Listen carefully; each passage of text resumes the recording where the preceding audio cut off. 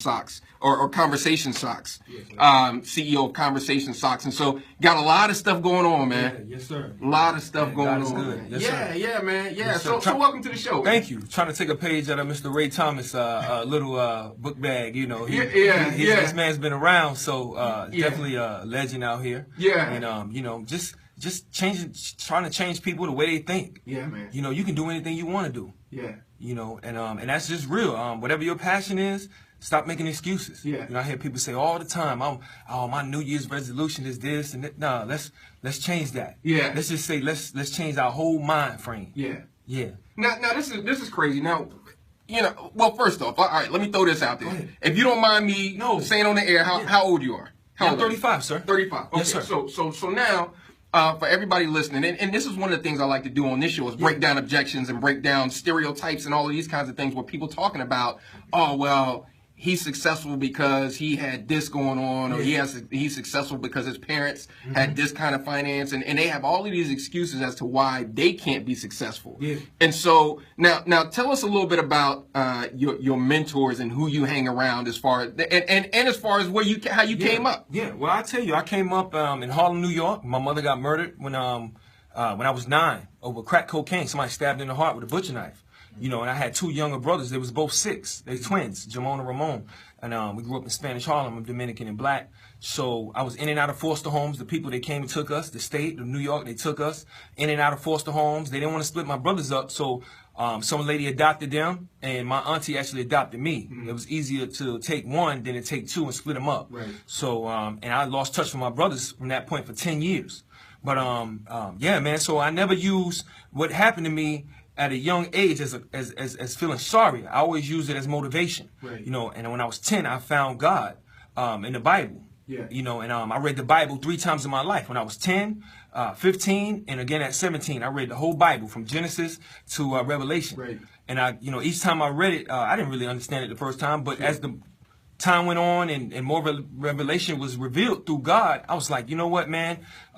With God, I can do anything. Right. You know, I graduated all the best schools at the top of my class. I hung out with people who didn't look like me. Right. I wanted to learn how to play golf. I wanted to learn what lacrosse was. Right. I'm going to tell you, I studied Caucasians, white folks, pretty much my whole life. Right. I didn't want to hear that I couldn't make it because I came from the hood or from the ghetto or from the projects. I refuse to lose. Right. You know, I don't care that people was like, oh man, the statistics, you should go get a basketball. No, I don't want to make a basketball the way out of the hood. Right. I want to use my brain. Yeah. You know, because once my jump shot get weak, they're gonna bench me. Then they're gonna put me out. But if my brain keep moving, you know, something that's in motion stay in motion. Right. You know, I don't know if that's Newton who said that. I think it was. Yeah. You know, something that's in motion stays in motion. So I always made it my business to stay in motion. Right. You know, I jumped out of high school on Monday. I graduated high school on Monday. I was going to the Army on Friday. Right. You know, at 16. Yeah. My aunt signed for me.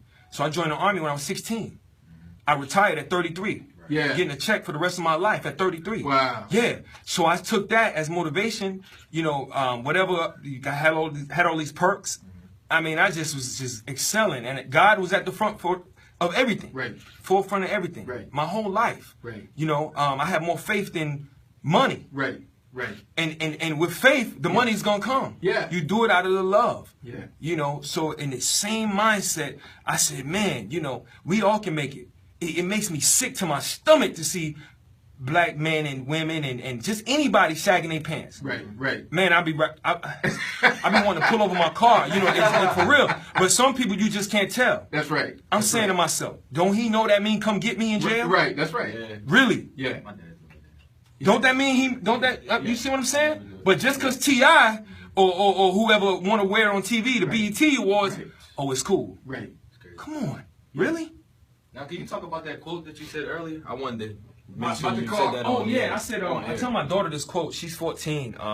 She goes to Pine Forest, and I told her, I said, look, if you riding in the car with 3 or 4 people, and you're the smartest one in that car, Right. it's time for you to get out that car. Yeah. Because what can you learn hanging around people who know the same thing you know? Right. Y'all doing the same old stuff day after day. It's time. Listen, go out your comfort zone, because when you go out your comfort zone, you're gonna have to depend on God. That's right. Because you don't know no better. Right. And like you said, my mentors, I got a mentor that's 80 and another one that's 66. Yeah. They're both white. Ooh. Yeah, ooh, the big bad guy. Right, Yeah, right. yeah. Who said? Right, who said? Who Right. said that white people is bad? Right. Yeah, I know what history say. Yeah. You know, but I don't care. Don't get me wrong. I care about our history and our heritage. Right. But what does that have to do with me? Right. We got a black president. Yeah. Exactly. You understand what I'm saying? You can be anything you want to be. Right. Talk about it. So why we still stuck? I talked to a lady yesterday, said, I want to advertise with you. I just bought a black-owned business, and I'm only buying black. I only buy toilet tissue and paper towels from black-owned businesses. Wow. I thought that was the craziest thing I ever heard in my life. But I take the money if you want to go ahead and advertise with me. Right, that's right, Listen, that's right. I'm not knocking your hustle. Right. But she said, and you need to start doing it too. You need to just start shopping on black-owned. I said, you done lost your mind. I said, listen, on, I'm God, shopping. come No, on. I'm just saying, listen, I love my people, but I'm shopping everywhere. I feel you, right. I love everybody. That's right. You come on. Yeah. I know what history said about slavery and all that. So you in your mind, you really think it was just black people that helped us get north? Right. Think about it. Right. It had to be somebody white along the way that said, you know what, this is wrong. Right. Come on, my brother, come this way. Right. You really believe that only black people got free Right. by black people? I don't believe you. Right. I don't believe you. That's right. We're not talking about the white people that helped us. Right. Somebody that's white helped us. That's right. That's right. And to this day, I cannot be successful without somebody else that didn't look like me. Right. Right. That's exactly This right. magazine was created 200 days ago. And 82,000 people read this magazine in Fayetteville. Wow. Listen, it's not even 200 days old. Right. And it's in 388 churches in the city. Yeah. You understand what I'm saying? Yeah. Listen, and I loved Mr. J.J. Jones at the Fayetteville That's Press. right. Yeah. That's Yeah. my man. Shout out to JJ. Shout out to JJ. Right. When I first came on the scene, I said, I'm using this as an example. I said, JJ, look, I'm new in town, know my way around. You've been in this business 25 years. Now, you're a successful black man. I can tell you who you bought the printing press from. Right. This is because I do my homework. I read. Right. You understand what I'm saying? I said, no disrespect. I want to take you to lunch, old school. Right. Because I want to jump in this game. And I don't want to jump in this competition because you say you want to be the biggest newspaper in the black community. Right. Well, I want to be the biggest magazine in the whole city. Right. You keep the black community. Give me everybody. Right. Right. Yeah. So you teach me how to get our people, and I'm going to teach you how to get everybody. Right. Right. This is what I told the man. He said, you know what, young buck, you got my blessings. You on fire for God, and you seem like nobody. I said, can't nobody stop me. Yeah. I'm 220 pounds, 6'7", 0% body fat, and on fire for God. There you go. What's up? Yeah. Yeah, what's up? You can't tell me that these people are going to hold you back because you black. Right. Right. Why Right. you dressed with a three-piece suit every day? Because Right. I want them to let me in. Right. That's why.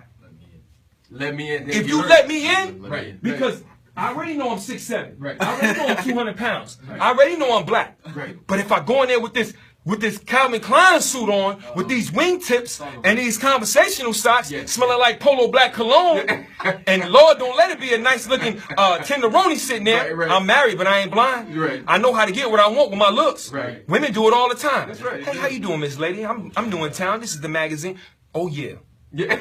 Yeah.